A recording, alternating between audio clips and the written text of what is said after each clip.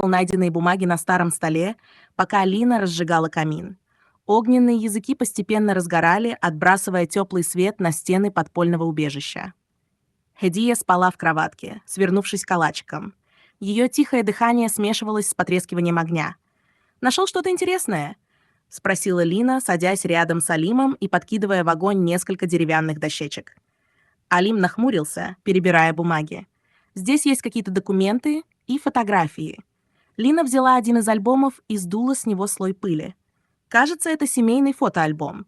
Она открыла первую страницу. На фотографии была пара, мужчина и женщина, державшие на руках младенца. «Они выглядят счастливыми», — сказала Лина, проводя пальцем по изображению. Алим посмотрел на фото и задумался. «Может, это родители Хедье?» Лина перелистнула страницу. «Возможно. Но смотри, вот еще одна».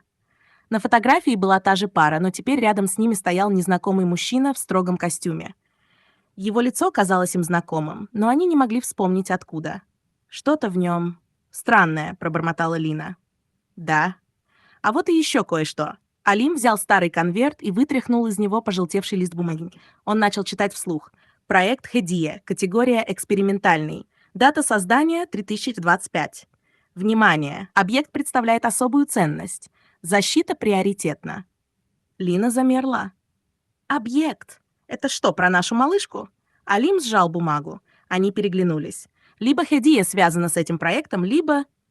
Лина осеклась, не зная, как закончить. Алим убрал бумаги в сторону и устало провел рукой по лицу. «Ладно, сейчас все равно ничего не выясним. Нам нужно передохнуть». Лина кивнула и потянулась к маленькому импровизированному столу, сделанному из перевернутого ящика.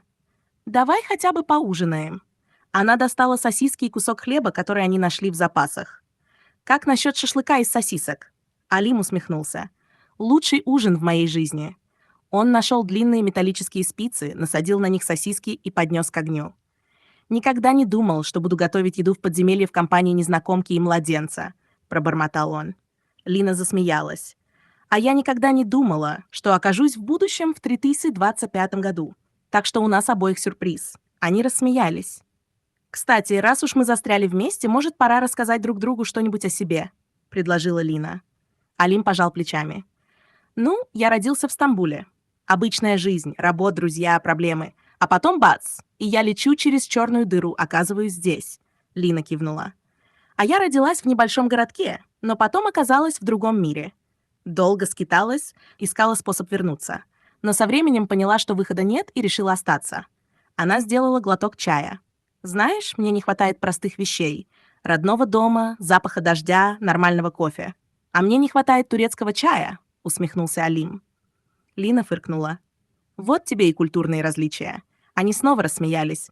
Время шло, ночная тишина окутывала их уютным покровом. За окном подпольного города бушевала неоновая буря, но здесь, у камина, было тепло и спокойно. Лина посмотрела на Хедия. «Думаешь, мы сможем защитить ее?» Алим посмотрел в огонь и задумался. «Мы должны». Их ждал долгий путь, полный загадок и опасностей. Но сейчас, в этот момент, у них было тепло, еда и друг друга. Продолжение следует.